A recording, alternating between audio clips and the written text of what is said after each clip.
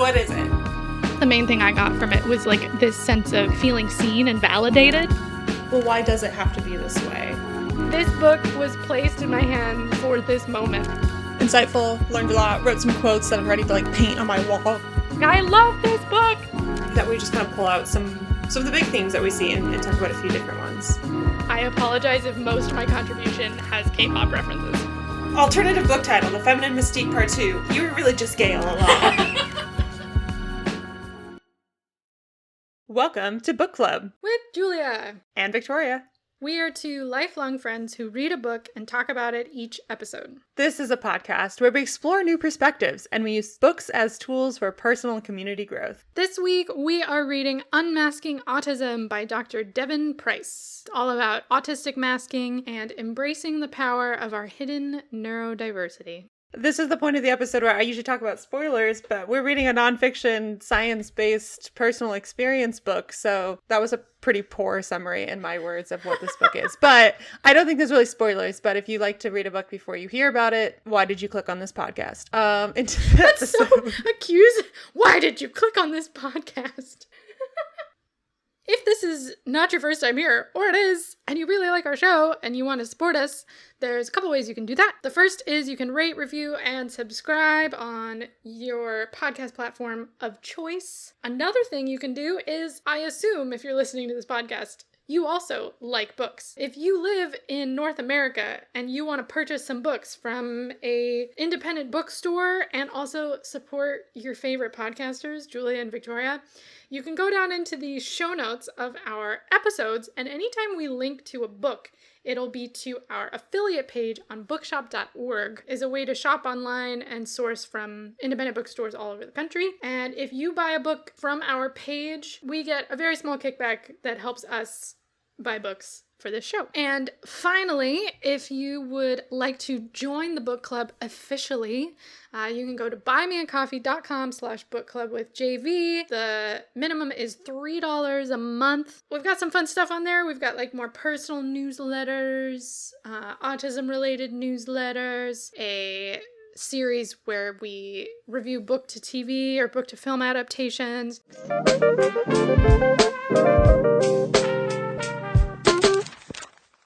Okay, so let's talk about Unmasking Autism. Julia, you talked to me about this book before this book was even released into the world. So you can go first. What was your experience reading? I have been wanting to read this book since I knew it was going to be published like 6 months in advance. Because this is like the book that I've always wanted to exist. And it's like, oh my God, there it is in my hands. I want to give it to every single friend I make. I was joking with Victoria, I want to have like a friend onboarding process where you're like, I hand them this book and I'm like, so if you read this, you will understand me a lot better. And here's my required reading list for the semester of friendship that we're about to embark on together. But reading a text for autistic people by an autistic person who's like an expert in their field and of themselves, it's like finally breathing clean air. It just like such a relief. Like it wasn't all a ton of brand new information. I definitely learned a lot, but it was more like it was being organized in a way that made a lot of sense to me and told from a perspective and including a lot of perspectives that maybe I was not as familiar with. So it was more just like really affirming, and I loved sort of the combination of research and personal experience. I felt like that was perfect. And, you know, bringing in the political side, which is not always done in autistic related texts as well. I used this book for like multiple purposes because I ended up referencing this book in like 3 of my final papers for this semester, as well as like I was gonna read it no matter what, and we're doing it on the podcast, and I just got my grades today and I passed everything. Woo-hoo. We're very proud of me. So yeah, I felt very efficient while I was taking notes, and I thought the activities were great too. Mm-hmm. Yeah. I'm curious if this is like a new psychology trend or something, because there were also activities in Hilary McBride's book that we did. The Wisdom of Your Body. The Wisdom of Your Body. I'm curious if if it just happened to be 2 of the books that we picked. I don't know. But yeah, amazing. No notes. I loved it. I definitely read this because Julie recommended it, and I had a chance to read it while I was in Belgium visiting her, so that was pretty cool. I also had been reading, and I have been reading a lot of fiction lately, so which is usually the opposite. Usually I'm reading more nonfiction. It was a nice refresher to jump back into a more science book. I really appreciated Devon Price's science writing. It's very accessible without like trying to dumb down or water down the science of it.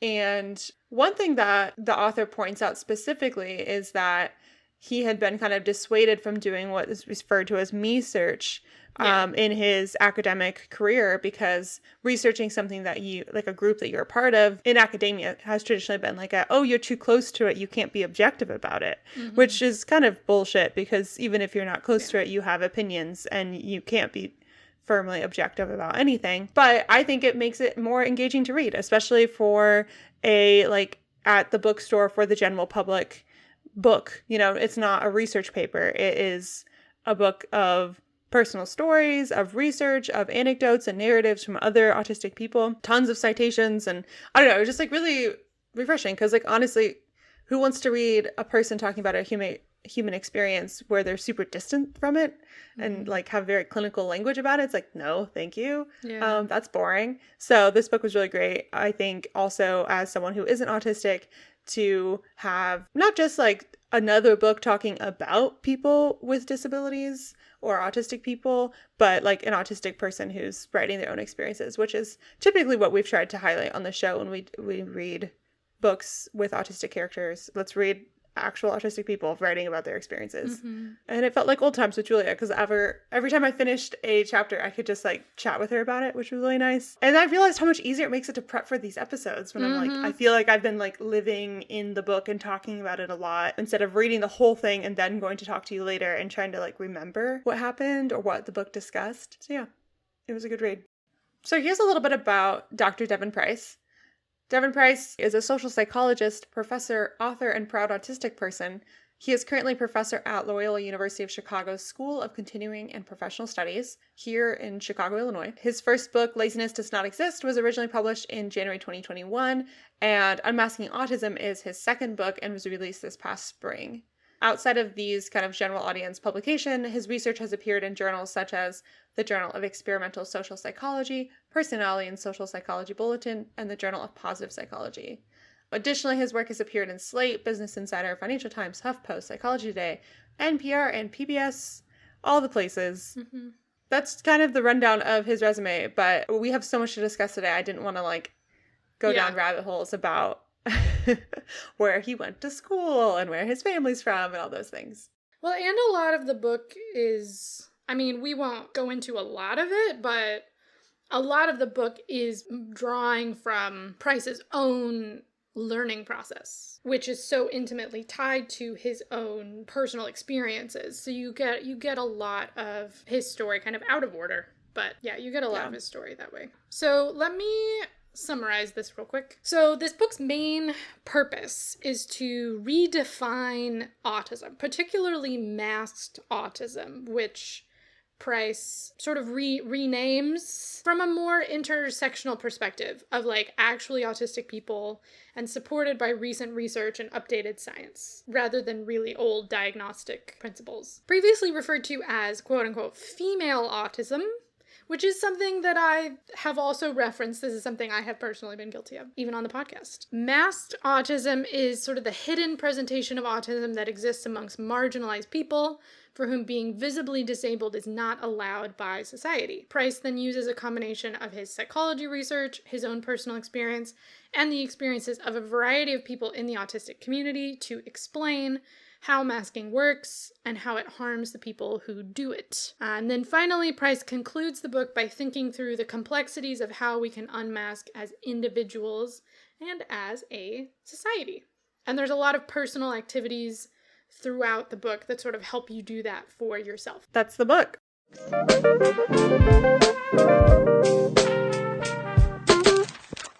For the discussion portion of this episode, we're going to follow kind of the basic structure of the book and kind of talk through some of the main things that stood out to us, and then dig into some like personal experiences that we had using some of the tools in the book. So the first half of the book is about what is masking, and the second half of the book is about the process of unmasking ourselves and our society.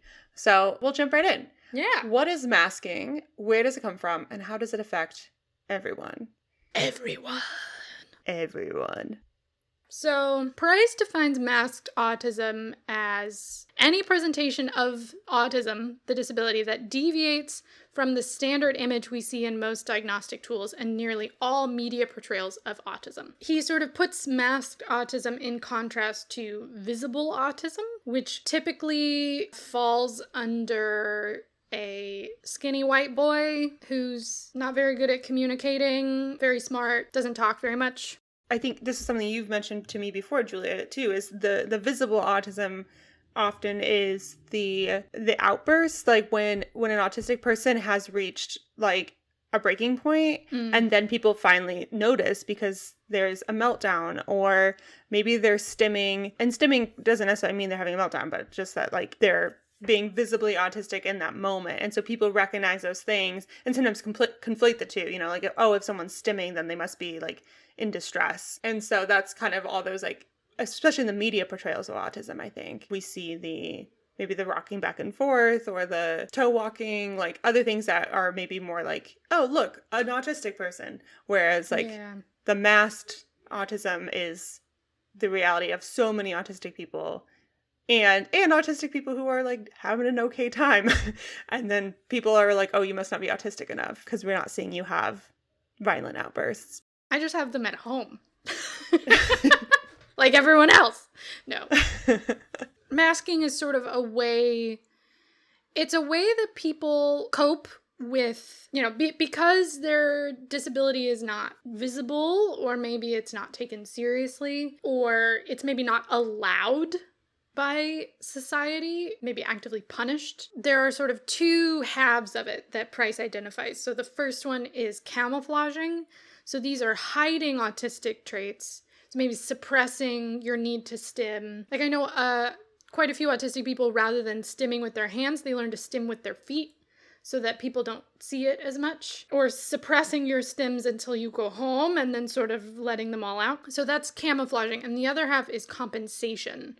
So, you know, maybe there are things that are a lot harder for you, but you're not allowed to express how hard they are for you. And so you sort of develop strategies to, like, quote unquote, overcome disability-related challenges in order to seem like an independent functioning adult that isn't disabled, because we've been taught that that's not something we're allowed to be. And so what it can do, like, it's not just a performance, you know what I mean? You're like rewriting your whole self, you know, you're creating a whole new person and basically telling yourself that who you are is wrong and trying to fundamentally change it from the ground up, even when you're alone. And it creates this very painful sort of self-loathing that Price identifies as caused by society's repeated, often violent insistence you are not who you say you are, and that any evidence to the contrary is shameful. So if you do express yourself the way that feels natural to you, you are shamed for it.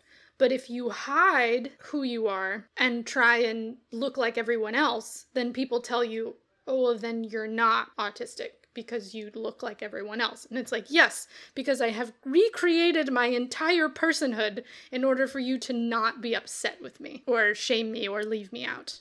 To give some examples, maybe, right? Because everyone masks a little bit. You know, you have different masks, like for work. There's ways you talk to your family that you wouldn't talk to your coworkers or something, right? But it applies to things that maybe you wouldn't think about. So, like, we have to hide how we process information, that maybe it takes longer, and we have to find ways to hide that fact and sort of play along. We have to hide how we eat. Maybe we have really limited food preferences. You know, if we're really distressed, we can really only eat one food, and so we just have to eat that over and over. But that can seem really immature or childish, so we have to force ourselves to like something that feels bad. How much rest we need. I can't tell you how long I spent growing up hiding how much sleep I got. Because people would, like, look down on me, talk to me like I was lazy or like I should be doing more. Like, how dare I not be in 5 more academic clubs in high school because I need 8 hours of sleep every night and I sleep 10 on the weekends, like a teenager? Yeah, and that one, I know we'll get into this more, but just to like begin highlighting now, as we mentioned up top, that like masking for autistic people is harmful. And the amount that we require everyone, autistic or neurotypical, to conform to these societal standards is actually not helping. And so like research has shown that, you know, in your teen years, the average teenager needs a lot more sleep than they're getting and needs much more sleep than adults get. And so when parents are like, you're lazy, you need to stop sleeping as much to a teenager, it's like, no, like biologically their bodies just need more sleep right now. And I think, like, it's so sad that you were made to feel bad about that, when in actuality, we should have been praising you for being attuned to your body and knowing your limits and understanding that sleep is a vital, important element of your health and everyone's health. And instead, we are, I'm myself guilty of this, pushing ourselves to the very edge of not having enough sleep, not having enough rest, and then getting sick or having like breakdowns when like anything goes out of whack because the sleep we're getting is like not adequate. But that one also resonates with me because I feel like I went on the other end of that. I just like didn't sleep enough and then was sick all the time, but I was doing all the things like I should have been fine, quote unquote, should have been fine. Yeah, I didn't always have a way to describe it, but I've always been extremely protective of the things that I need to do to survive. And I wouldn't always tell people about them. And it's slow. I feel like I very slowly have started explaining, here's how my brain does this, you know? So like the easier ones to spot were like when Victoria and I first moved in together, and she thought it was really weird that I ate the same breakfast every single morning my entire life. She was like, and I would only go to one store. And she was like, that's so inconvenient. Why can't we just get it here? It's like, no, I have to have this cereal. And then they discontinued it and like my world fell apart. It was terrible. You know, that one's a little bit more obvious, but like, I feel like I started explaining this very, very recently. Something that I've had to mask is like how much I don't understand about what's going on at any given point. If someone makes any kind of statement and I don't fully understand what it means, so it could be a pop culture reference, it could be a value judgment, it could be a joke, I will like analyze the hell out of that conversation to try and figure out exactly from context clues. I do like a literary analysis of the joke and try and figure out exactly what they meant within all this, within the situation, and then I won't use it until I have gathered enough data to know for sure that I know what it means. And I will keep that tab open in my brain for years. I can't even explain to you how long. There was something that came to me in the past year that I had been thinking about for like 10 years. And I was like, oh, that's what that was? Oh my gosh. Okay. But I won't ask for clarification, especially if it seems like everyone else gets it, because I've sort of learned that either people won't believe that I won't get it and they'll just laugh at me, or I won't be included in stuff. If I do it enough times, if I don't get the joke enough times, if I don't play along enough times, I stop getting invited to things. I stop being included because it's like, oh, well, Julia's weird, or she isn't one of us, or she whatever. So that's kind of an example. That means that like in the moment, what you're getting from me is not me. It's this carefully crafted facade that I've practiced in the mirror to sort of respond. I have like emergency responses, like, we didn't understand that. Call in the mild chuckle. Or like, get up to go to the bathroom. Or, you know, we have like emergency levers that we sort of throw in. Like, we don't want to laugh too hard because we don't know how funny it was. And so it can feel like other people will never know you, and eventually you don't really know yourself, which is terrifying. Okay, so we kind of moved past it pretty quickly earlier on, but you mentioned how even you have used the term like female autism before. Yeah. And Dr. Devon Price instead argues for the term of masked autism. Yeah. And so, yeah, do you want to talk us through a little bit? Because I know this is relevant to your personal experience, but also to a lot of your understanding of autism has come through this lens of understanding the experiences of women and the intersectionality of gender and autism.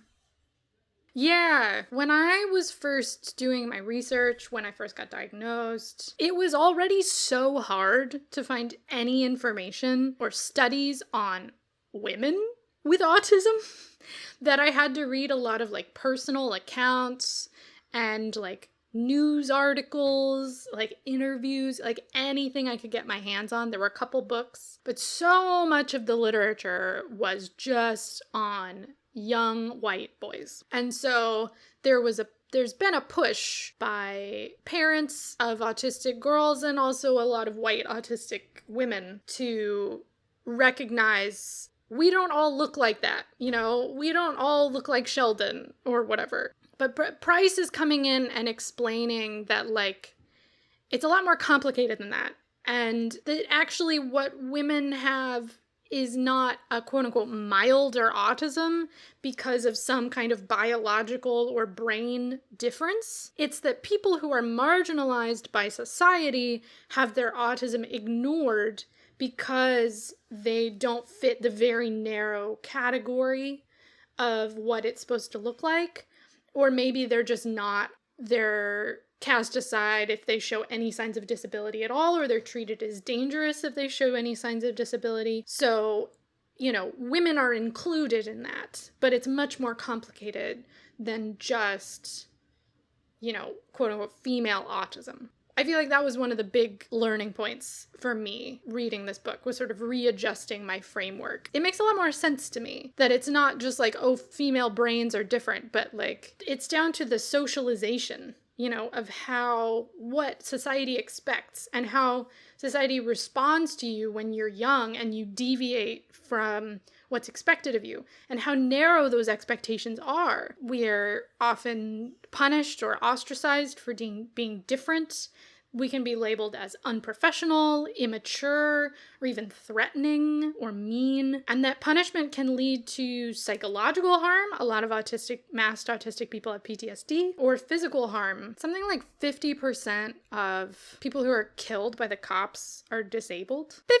50%! That's not all autistic people, but autistic people are for sure included in that number. And so if you are of a, you know, racial demographic that's more likely to be targeted by the cops, being disabled puts you in a lot of danger. And so, you know, in order to survive a world like that, sometimes you have to mask. And, you know, parents who are really scared of their child being ostracized or punished or in danger will put their kids through ABA, applied behavioral therapy, which we have talked about before and complained about a lot, which essentially forcibly removes all visible signs of disability. It doesn't cure or change the autism inside, but it sort of removes the visible signs of it under threat of loss of food, love, and care.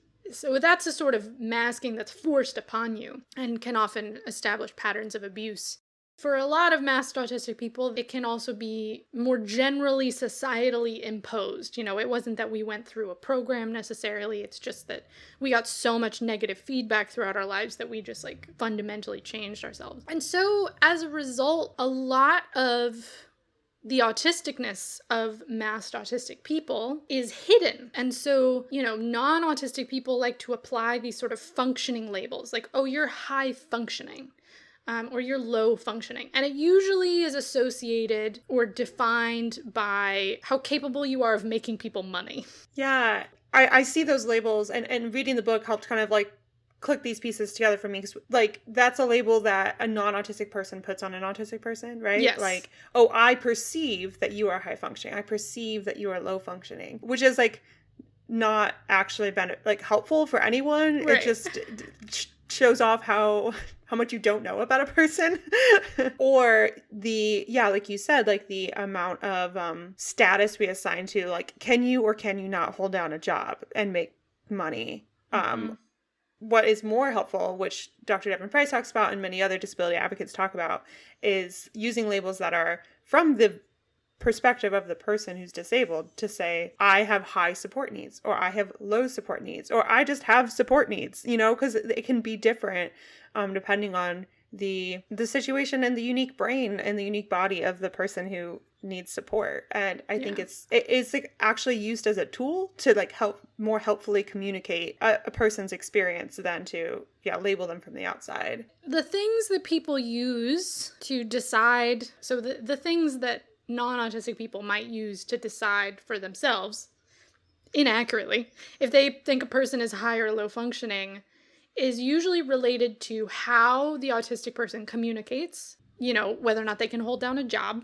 It's from a perspective of like, do you have economic value? Can you do something for me? Mm-hmm. Can I exploit you? Rather than like, how has society affected you? What do you need to live a full life? Because there's so many different types of needs and supports. And the model that this connects to that we've talked about on the show before is the social model of disability. And Devon Price writes very specifically about the research behind that and where the idea and the concept comes from, but reframing disability as how much has society disabled you from participating in it. Mm-hmm. And we've given the example on the podcast before, but like, I wear glasses. That is technically a form of aid and support, but mm-hmm. our society has said glasses are okay. You know, like that's like very normalized, and it's not stigmatized to wear glasses in the same way it is to walk with a cane, or to have maybe invisible needs that people don't always like recognize or see from a distance.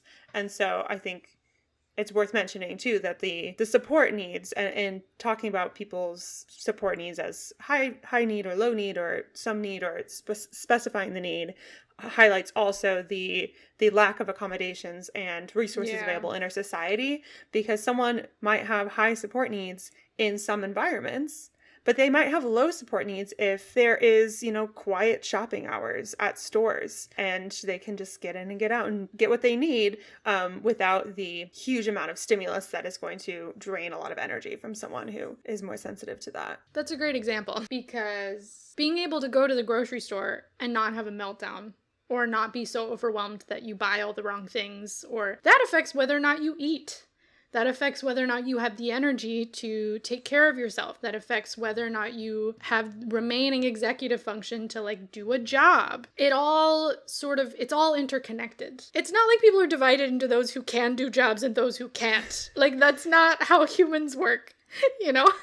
Mm-hmm. And the people who do have the autistic people who do have full-time jobs might be putting so much effort. There's an example of a nurse in the book who has to put so much effort into working that job as a nurse, and the executive functioning and the masking that goes into holding down that job, that she basically can't do anything else. When she gets home, she has zero energy, zero brain power left.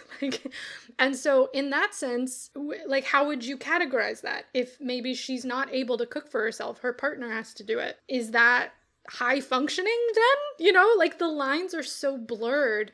Whereas maybe someone who uses a device to help them talk, that might look really disabled visibly, but that might free up a lot of energy for them to freelance from home. Maybe they're a graphic designer and they've never spoken out loud to a client. The client doesn't even know that they use a device to help them write emails and stuff. Like, they you know what I mean? So then what are they? How would you categorize that? You know, they're very unhelpful labels.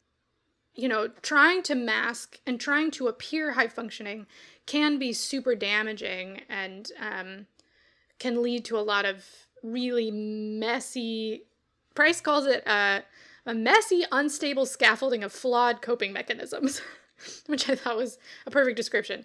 And it can involve substance abuse, disordered eating, dissociation, which was my drug of choice growing up, creating really rigid rules and belief systems around yourself in order to make sense of all the overwhelming chaos, and compulsive people pleasing, actually, which is something not a lot of people know. Another one that Price mentioned that I really related to was using your competency in a certain area as a way to hide everything else. So being really good at school, I was very good at school. So using that competency to sort of hide how incompetent I am at everything else. So those are kind of some examples. There's a lot more different types of brains than you might think. So we've talked a lot about masking in the context of autism, but I wanted just to highlight some of the intersectionality that's also at play here. Devon Price points out that masking is something that many people do for a variety of reasons. And Julia's mentioned, we all do it a little bit when it's like the way I talk to my friends might be different than the way I talk to my parents, but maybe that doesn't, require that much energy, or it is a very easy thing to do, but it all adds up, right? And we see this in other minority groups in a lot of different ways. And so, for example, racial minorities and code switching to seem, quote, less threatening to white people takes a lot of energy. And if you're autistic and a racial minority, it's just compounded. Same with women, as we've talked about, kind of downplaying their feminine qualities in traditionally male-dominated workplaces, but then it can also backfire because then they're perceived as mean or aggressive and bitchy, and that's a lot of energy. So if you're autistic and a woman, it compounds again. And the one that I resonated too was the extremely common people-pleasing that so many of us do to cope, masking over our own needs to find a sense of belonging or attachment in relationships. Yeah, all this stuff about people-pleasing, I was like, oh, this is me. This feels relevant. And all this masking not only hurts autistic people, which is the focus of all of this, but these social narratives that demand masking from autistic people is also damaging to non-autistic people and to neurotypical people. And we'll kind of get into this a little bit later too, as far as autistic people can also be this canary in the coal mine, if someone, and it does put pressure on autistic people, because honestly everyone should be doing this and not waiting until someone's having a crisis to address something. But if an autistic person is like, hey, the lights are too bright in here, everyone will be like, you're no right. It's not great to sit under fluorescent lighting all day. We just kind of suck it up and deal with it. But we could probably do something about that and turn on lamps, and maybe that'll be great. And then some bitchy boss comes in and says, no, turn on the lights. And we're all like, why? And they don't have an answer except I'm in power.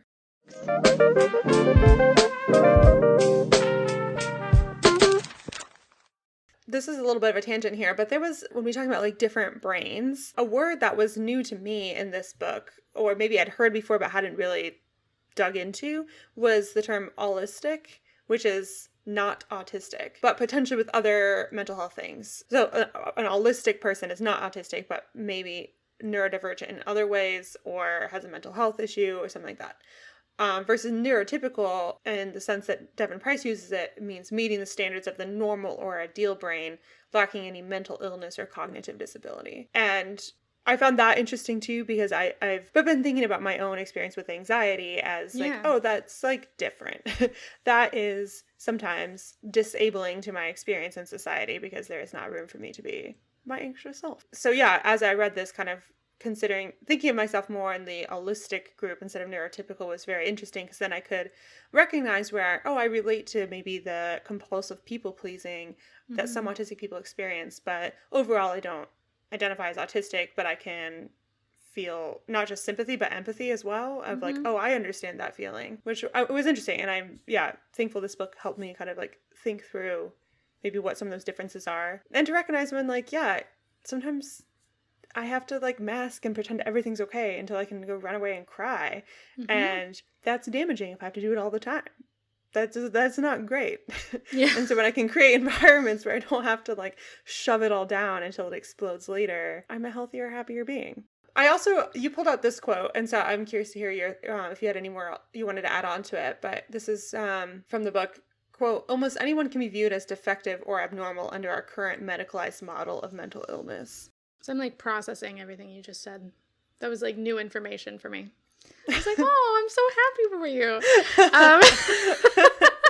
Thanks. So yeah, I feel the emphasis on therapy is great. Therapy is great, but it is a little odd. Have you seen those memes or tweets where it's do I have a mental illness, or is this just a normal response to what's happening in the world? Right. Yeah. And it's usually a combination of both. There is, chemical, internal, like brain structure, physiological anxiety, and there's like situational, and usually it's kind of a combination. But, you know, the way that our medical system works is it says if you have any negative response to the world, you have a problem.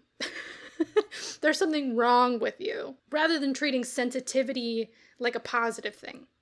Rather than saying, okay, well, you know, your body has different natural rhythms. And so maybe during the winters, you know, if you have some kind of seasonal affective disorder, like during the winters, we need to, why are we trying to work around the clock in the winter? We're supposed to be hibernating.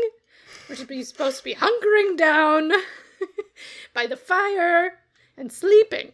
But, oh, you have a problem if you can't be the same person in December as you are in July. So, you know, it's a little bit more complicated than just there's something wrong with you and we need to get you back to normal. Yeah, because maybe normal isn't something to be idolized as much. Yes, exactly. That maybe we need to change the standard of what normal is. And one of my recommendation for today, and a book that really gets into the weeds of this particular topic, is called Nobody's Normal by Richard Grinker. He's an anthropologist of psychology, and so he talks about like sort of the medicalization of mental health. It's a more recent phenomenon than you think. So yeah, I think part of Price's goal is in using the social model and emphasizing the difference between neurotypical and holistic is that, like, it's messy. We need to build a better world for all of us, and we need to unmask the world, you know, and not impose such a rigid standard of mental health rather than trying to, quote unquote, fix everybody. So this is making me think of a short story I just read yesterday called My Pleasure by Ross Reagan, and it's about a freshman in college he's a guy who's queer, and he's doing this project with two straight guys in his class, and he's just feeling really lonely, and he tries to befriend them, and there's a lot of homophobia, and it's difficult. And one of the details that really stood out to me was the main character had gone to the LGBTQ advocacy group on campus and was just given a business card for the Trevor Project and suicide hotline. And he's well, I'm not even depressed yet, but thanks. And I was thinking of the kind of intersection of mental health issues and queerness and mental health issues and autism, and how because our society has said, hey, you autistic person, you're not welcome here unless you fit this mold and try to fix yourself. It leads to those things like you mentioned as far as PTSD and depression and anxiety. And so then when someone is in a crisis mode or looking to find support, it's all about how to help them survive, you know, and deal with those very present emotional and psychological mental health issues, instead of maybe addressing the root thing, which was, wait, what if we had started with, you are loved just how you are? How can we create a world and an environment that is accommodating to you? And then in the same way, how we talked about at the beginning of the episode, how sometimes we don't recognize masked autism because we're but you seem fine. And it's well, yeah, because I have the support I need and I'm doing well. And you're just living your life as an autistic person. Someone's but you're not having a crisis every day. And you're that's a good thing. Yeah. I don't need to be in perpetual meltdown mode for you to recognize my autism. The short story made me think of how we are, in many great ways, reducing the stigma around mental health issues. But at the same time, we also need to be creating supportive communities for everyone at their healthiest, so we don't have to wait until someone's super depressed because they are having a hard time making friends and they're queer. And so you're oh, here you go. Here, let's help you with a suicide hotline number. And you're I was just looking for some friends. Yeah. That's what I want. It's just a supportive community. But, okay, cool.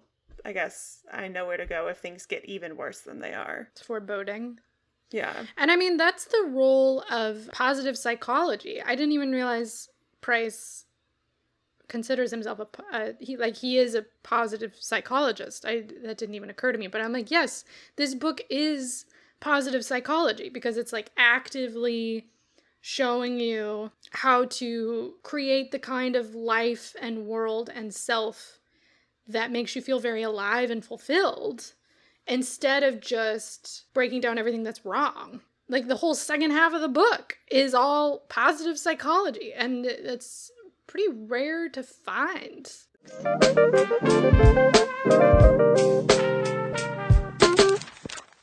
The second half of the book and the second half of our discussion today is how do we unmask for ourselves and create that unmasked world, that world where everyone can find the supportive community and the accommodating environments to live their best lives. To sort of define unmasking on a very basic level, right? We can start there. It's a process of self-acceptance, self-discovery, really.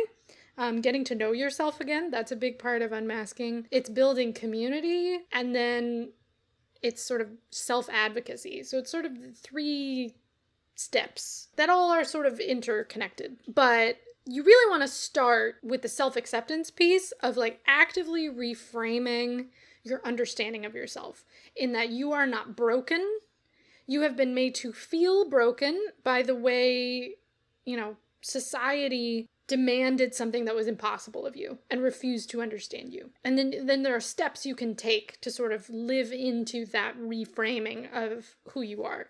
But even that initial step, I think this is why, for me and for some people, getting a diagnosis was a very validating experience, was for this very purpose. But it doesn't require a diagnosis for it to happen, is acknowledging that you're not making this up, and that the world has sniffed something out in you that you didn't even fully know how to articulate yourself, and has punished you for it, and that there's nothing wrong with you. And it frees up so much space in your brain to sort of start recreating your life, which can be overwhelming, remaking it from the ground up. You want to start small, but it's really exciting once you think of all the possibilities of recreating your life, recreating the world. Yeah, I would say start small, start practical.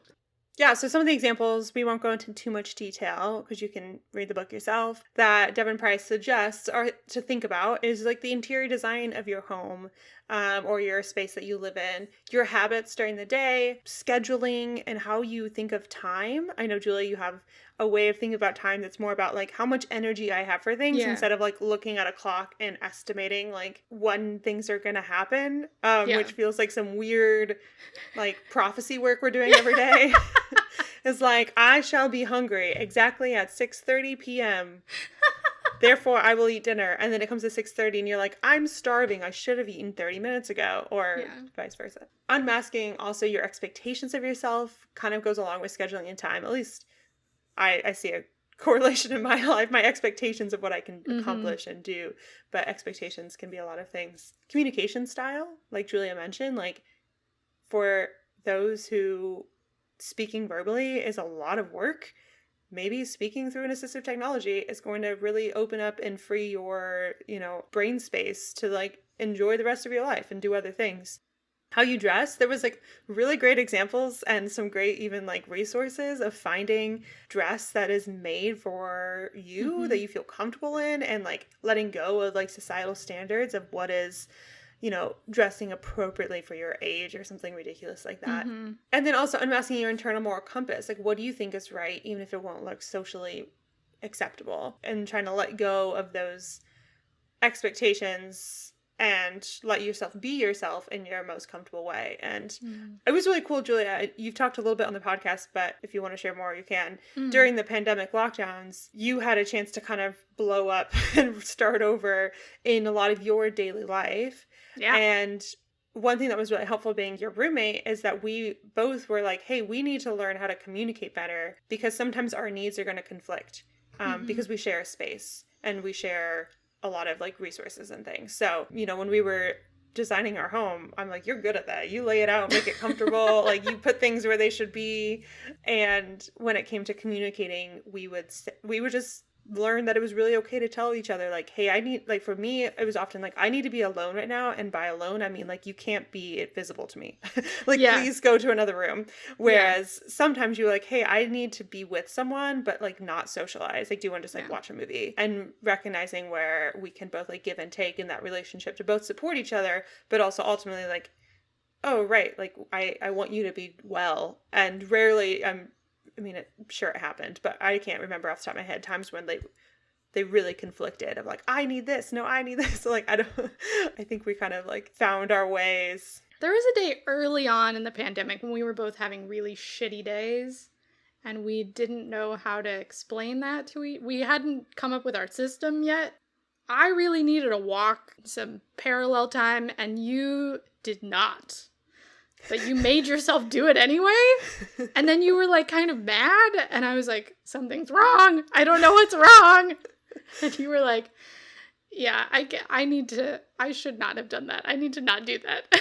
So we like came up with our system for saying like whether or not we were okay with talking and communicating like what could happen first. You know, maybe it was negotiating like, you know, I can go on a walk with you right now. And then afterwards I'm going to do my own thing. Or yeah, let's do that thing, but can we wait an hour? Or like, can we do that later? And kind of just checking in with each other is like, how urgent is your need right now? Yeah.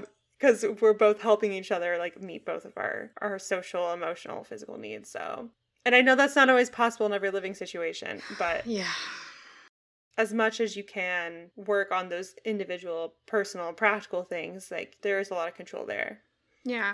I have some examples if you like need a place to start. The thing that I started with was my like beauty routine. It was part of like leaning into having curly hair, and I wanted to figure out how to cultivate that. But also it just came down to like taking care of my face and my hair and my skin takes so much mental effort that I need to make this as simple as possible so that I'll actually do it. And so it was a process of like refining, finding the exact like 2 products, you know, the face wash and the lotion that make my skin really happy. And maybe the occasional face mask if we're feeling extravagant. And, you know, that are really good quality, really fit my face, but don't have an 18-step skincare routine. You know what I mean? Same thing with my hair. Like, what products can I use? What process can I create that's actually sustainable for me? Rather than holding myself up to this standard of like, you have to do a full face every day, and you have to make sure you meet all these like 10 steps, and you have to exfoliate, and you have to do blah, blah, blah. And it was like, I can't. If I try and do all of it, it's not going to happen. So we need to pare this down to the essentials. Same thing with food. I came up with like a food system. So I created categories of food that I will always need every week. And so then rather than trying to just come up with the top of my head of what I want to eat, because I don't know what I'm going to want to eat, instead I just fill in the categories. I say, okay, I need a vegetable. Great. Let's pick a vegetable. Instead of designing a whole dinner, we're just going to pick a vegetable. Maybe we add an onion. That'll be fun. Let's do a zucchini and an onion. Great. Done. Moving on. We need breakfast. We always have the same breakfast every day. We'll just get that one cereal. Bam. Done. Next thing. We need a snack. And then you just sort of go down the list. That was a lot easier. Those are the first 2 things that happened. And then clothes. Letting go of trying to dress like an adult, particularly an adult woman who works. I know. I feel like we were given such a model too. I mean, who knew the pandemic was going to hit the way it did? But even before that, I remember seeing memes that was like, you know, 17 magazine had me thinking I was going to be going from a day to a night look way more often than that actually happens. Yeah, I mean, it's also just like a mechanism of the fashion industry to sell more things. So you have night shoes and day shoes. And it's like, I'm just going to work and then happy hour, I'm going to wear what I'm going to wear. I feel that too. I feel like that's been a big growing up thing for me, is to be like, you know what? Occasionally I like to wear a pencil skirt or like a nice work dress at like the one conference I go to every year. Otherwise, I will not wear any of that. And so if I'm going to just have those 2 items, they'll be in my closet for when I go to that one work conference. Great. And then I'm just going to wear jeans and t-shirts and leggings and dressy tops, because I do like dressy tops. Dressy tops and leggings forever. Okay. Moving on. That's literally what I'm wearing right now. It's like a dressy top and like black athletic leggings. Yeah. Investing in comfort, you know, and finding a style that I feel comfortable in. Investing in quality fabrics. Autistic people, it's an important one. If you only have 5 items in your wardrobe, that's fine. People love an iconic style. Think about Anna Wintour. She hasn't changed her haircut in 50 years. Just rock it. But find the textures, the shapes that feel good, that you feel like I can wear this every day and I'm not going to lose my mind. Yeah, so it's interesting to me that some of these things we're talking about, like a skincare routine, there are so many people of all neurotypes that have very particular ways they care for their skin, and it's not looked down upon. It's even like revered as like, oh my gosh, like what is her 5-step skincare routine that she does every day? We want to know. And it's like a magazine article. But there's other things that, you know, living into what you want, what you feel, we've just like written off as a category as like, well, you can't do that. Or we have like weird social things. Like you can wear the same thing every day if it's like a cool black turtleneck and your name is Steve Jobs. But if you wear the same comfy t-shirt every day, everyone thinks you look not professional. That's in air quotes. So I think that's worth like discussing too, that some of these tools for unmasking might like come with some backlash, and Devon Price even talks about that a little bit, as far as unmasking completely may not be safe for everyone, especially for trans people and queer people and people of color, especially black men, who are more likely to be targeted by the police for just being different. So there are, you know, things to negotiate there with yourself, and maybe it's finding a happy medium. Maybe there's some things you still, for your own safety, need to mask, but there may be ways to continue being yourself. Maybe that comfy t-shirt is black and then it looks cool and people won't make comments about it, if that is going to be more destructive than helpful during your day. Sweaters, great happy medium. People compliment a sweater all day long. But yeah, so you pulled this quote: pleasure and non-productive, playful time are not valued, and when someone is passionate about the, quote, wrong things, that passion is discouraged because it presents a distraction from work and other, quote, respectable responsibilities.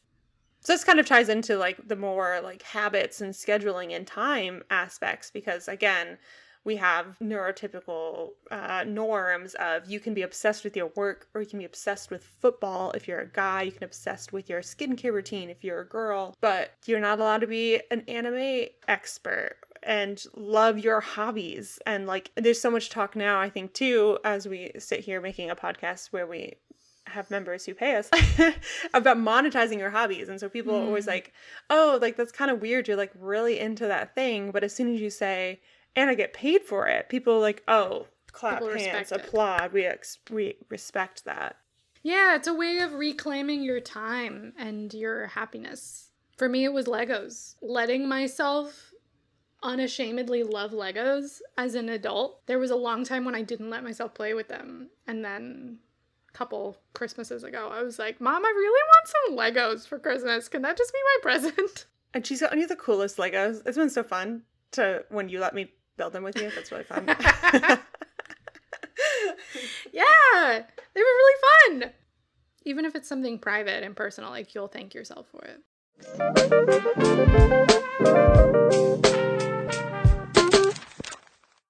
Another important component is, as Victoria was saying, finding a happy medium. Maybe you don't unmask everything. That also applies to people. It's similar to, in the LGBTQ community, different layers of being quote-unquote out, right? So you want to find people that are safe for you, that you can be fully unmasked around. That's very, very crucial. Even if it's just one person. Even if it's just one person on the internet. I know some autistic people, like, their current environment is not conducive to that.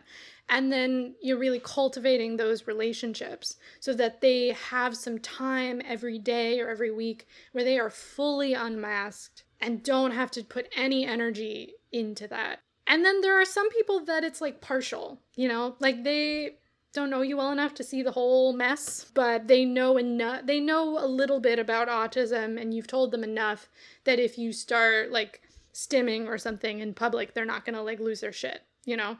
And then there's some people that are just not safe to be unmasked around at all. And so like Victoria she is one of my safe people, but it's adorable.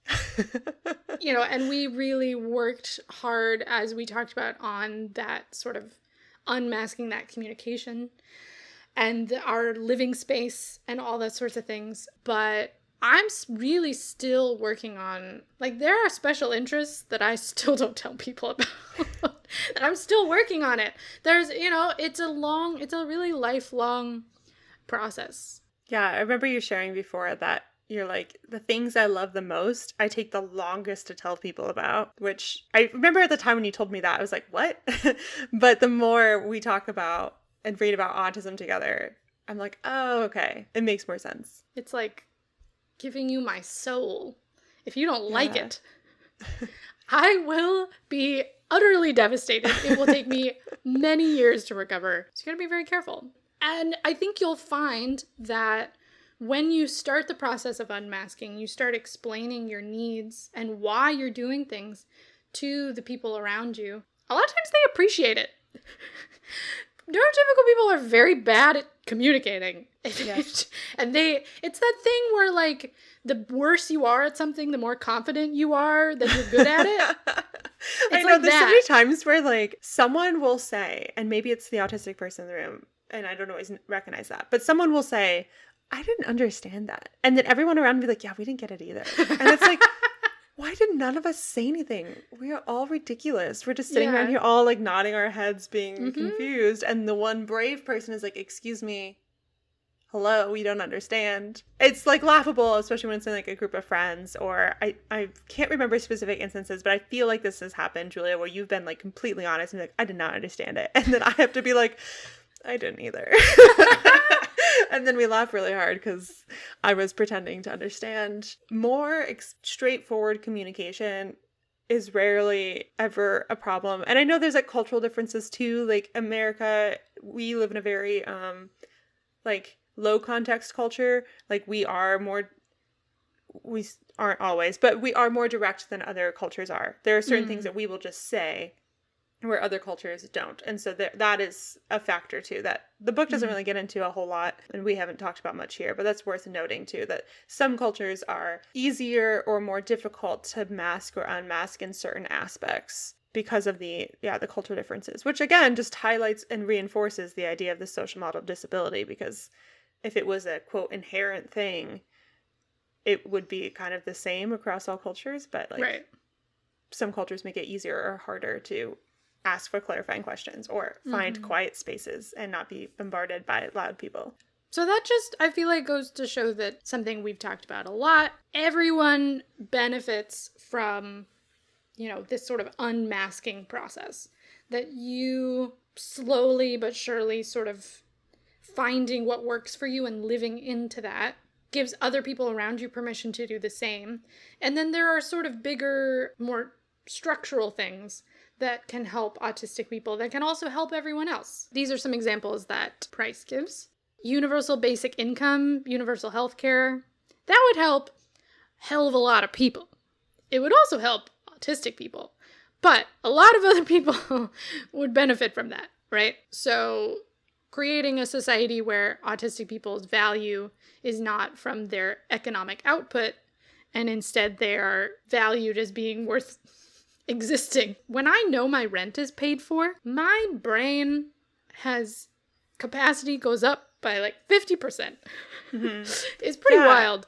Even if we're just talking productivity here, which I know is not the point necessarily, but if someone was really taking like a productivity stance, like people are more creative, people are more expressive and more caring, but people just generally do better when their needs are met.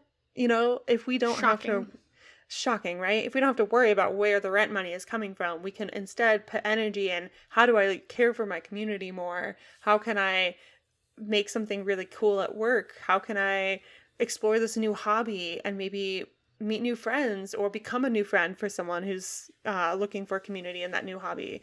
It's just, how beautiful could it be? Could be so beautiful. Another one is abolishing carceral systems. a lot of disabled people end up in the carceral system as well, just for like them existing in a non-typical way. And our society not providing supports like universal basic income, universal health care, in order to give them the support to live in our society. Expanding legal protections. This could benefit people with mental health conditions as well, for the workplace, for schools, all sorts of things. Adjusting the way that medical professionals are educated about autism and disability. Obviously, there's a lot of reform that needs to happen in how, some of these medical textbooks that are being used are very outdated in terms of race as well, and in terms of a lot of disabilities. So adjusting education around those things.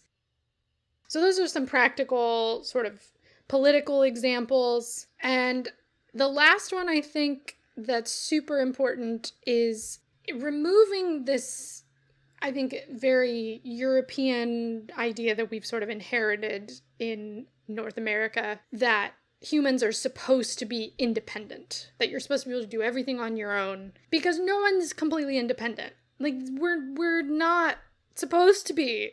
We all rely on the hard work and social emotional support of dozens of people every single day, and yet you're seen as less of an adult and less of a person if you need help in particular ways that sort of disrupt the illusion of self-sufficiency, is how Price describes it. So I think one of the most important things of unmasking our society is sort of readjusting what normal is supposed to look like. Because this myth of independence is really bad for everyone. It's just killing autistic people.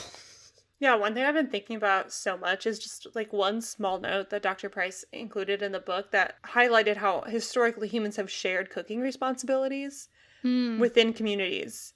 And so many of my friends and I have bemoaned that when we have lived independently or potentially lived with roommates but didn't share cooking responsibilities, how hard it is to cook for one person. It's expensive, it's time consuming, and it's like not as fulfilling. Like there's just even like an element of like, oh, I got to like cook for someone that sometimes can be more energizing. And now I'm just like, you're right. It's tired. Like, why are we doing it this way? Let's all like cook together more often and put meals in each other's freezers.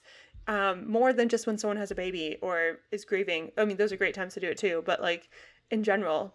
Yeah. And I think also there's kind of this idea of once you get out of your 20s or early 30s, you really shouldn't be living with roommates. Like there's this idea of like, you will meet a partner, you will have your own home, you'll have your own nuclear family, but rethinking how we live in community with each other, I think is really important, and recognizing that it does not take away from someone's maturity or adulthood or humanness if they have an easier life when they live with someone.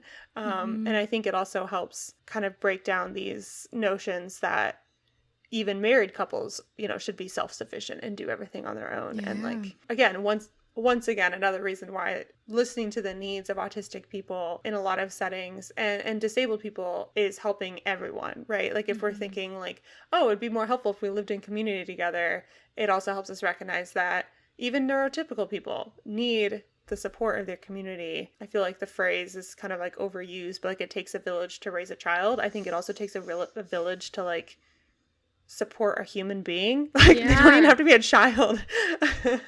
Dude, yeah. We all do better when we're together.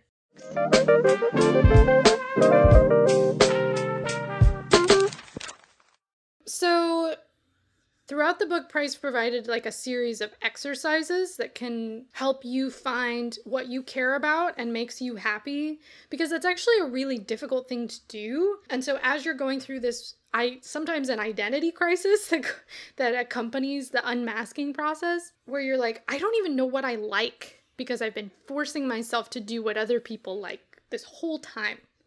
How do I know what I like? I don't know. And so rarely are we taught how to be happy in general. It goes back to that positive psychology thing, right? And so the exercises that Price included, it's very simple, but I found it really profound. So basically you start by coming up with like 5 moments, roughly, at which you felt the most alive. Could be when you were really young, recent, could be something really small. I think one of mine was like a sleepover when we watched all the Lord of the Rings movies. It was like my middle school graduation or something. Like really a small moment, you know what I mean? But I was like, yes, this is what I want to do forever. So you list out those moments, and then you come up with some key terms that sort of describe those moments. And eventually, you look between how you've described those moments and find some commonalities. Are there any patterns that you see? Are there any words that keep coming up or some ideas that keep coming up? And so then you pick out just a couple of those words, any of the ones that repeat. You sort of pick those out and kind of simplify them and narrow it down to like the 4 or 5 or 6 that you feel like are the most crucial to you, the values that you care about the most. And then you describe what those mean to you. What does this mean to me? How could I put this into practice? What are some things that I could do in my personal life that could help me live into this value, into this quality, into this topic? And that helps you sort of reframe rather than trying to like fix something or whatever. It helps you, gives you a sense of, purpose, something you're moving towards, and helps you kind of reframe the narrative of your life rather than of like just work or survival, but of like, I think one of Price's examples was like, he feels most alive when he's like standing up for people and using the resources of his autism to support other people and to stand up for what's right. And so that gives him a strong sense of purpose. He can be on the lookout for more opportunities to do that, and that will make him happier and also benefit so many people's lives. I thought that was really powerful, and I feel like that's such a good and practical place to start if you're feeling really overwhelmed by this. And this is something that everyone can do. Yeah.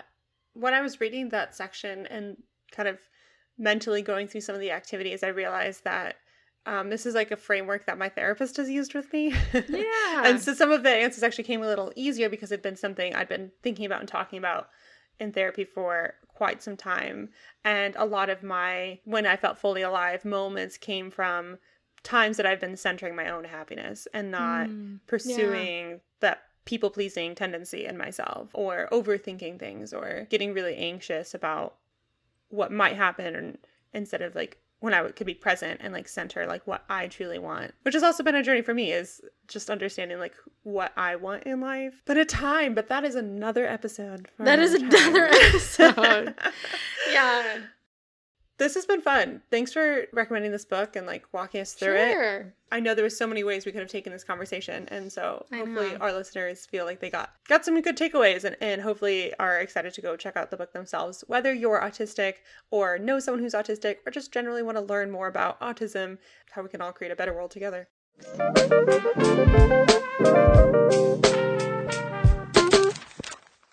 Okay, so recommendations. Books or movies or podcasts or anything that people might enjoy if they enjoyed this book. Yeah, I mentioned it earlier, but Nobody's Normal by Richard Krinker. His daughter is autistic, and so there's a lot of discussion of neurodiversity in that book, but it's about the medicalization of mental health as a whole and mental health stigma over the last century or so. I will recommend Neurotribes by Steve Silberman. We did an episode way, way back in season 1 on this book, but it's a great kind of history of autism research and the science and how it's impacted autistic individuals throughout the last century or so. Also, Julia writes articles for our Buy Me a Coffee members. There's the TISM tier, $5 a month. You get access to all of Julia's articles and poems and reflections on not only autism, but how it's intersected with other elements of her life. I think they're great, so you should go read some. And lastly, I would recommend the podcast, The Anxious Achiever. It's by, I think Harvard Business Review puts it out, and it's about the intersection of mental health and the business world and working. And it's very refreshing, actually, to see a big pillar in the world of business like Harvard focus and center on these conversations. And there's a good mix of research-focused episodes and people sharing their personal experiences. All right. I feel like this is the peaceful moment of the show where the fun colors come out, but we're talking about what we're currently obsessed with. These are just things that are bringing us joy. Okay, side note, when we first were brainstorming this segment, Julia called it Julia's special interest hour, and it was going to be like these own standalone episodes, but we ultimately decided to like interweave them into like every episode. Yeah. But yeah, I just wanted to call out the relevance of the initial iteration of this segment. This is very much Julia has a lot of things that she needs to recommend to people, and Victoria has a lot of experiences that she's enjoyed. Yeah. So it's like I get to share my special interests, but we both get to have fun. So this week, my TV show of the week was Reservation Dogs. It's created by Sterling Harjo. It's about some teenagers on a Native American reservation in Oklahoma. It's great. It's on Hulu if you want to watch it. And then my recent sort of in the background of work, also like winding down for the evening podcast has been Best Friends with Nicole Byer and Sashir Zamata. It's so good. You've probably recommended it before and it just like didn't register, but then Spotify has been recommending it to me for like years. And I finally caved because I was like, I don't need another conversational podcast right now. My roster is full. And then I was like, I'm going to try something new. And I've been loving it because they're... Oh, good. I'm glad. Yeah. It's so fun. I mean, Nicole Byer is a blast and a half. Both of their comedy and their life experiences and stuff, and their friendship together, they're great. Yeah. In the theme of like low stress comedy podcasts of just friends chit-chatting, I started listening to Las Culturistas recently because we watched Fire Island, and I was like, I need more Bowen Yang in my life. So I listened to his podcast. I've also been listening to Inside the Closet with Mateo Lane and Emma Willman. Mateo Lane, I just watched everything he ever put out on TikTok, and I was like, I need more content. Turns out he has a podcast, which is my favorite way of diving deep into like some topic or person that I'm like becoming obsessed with. All right. Well, Victoria's gonna go take care of her back.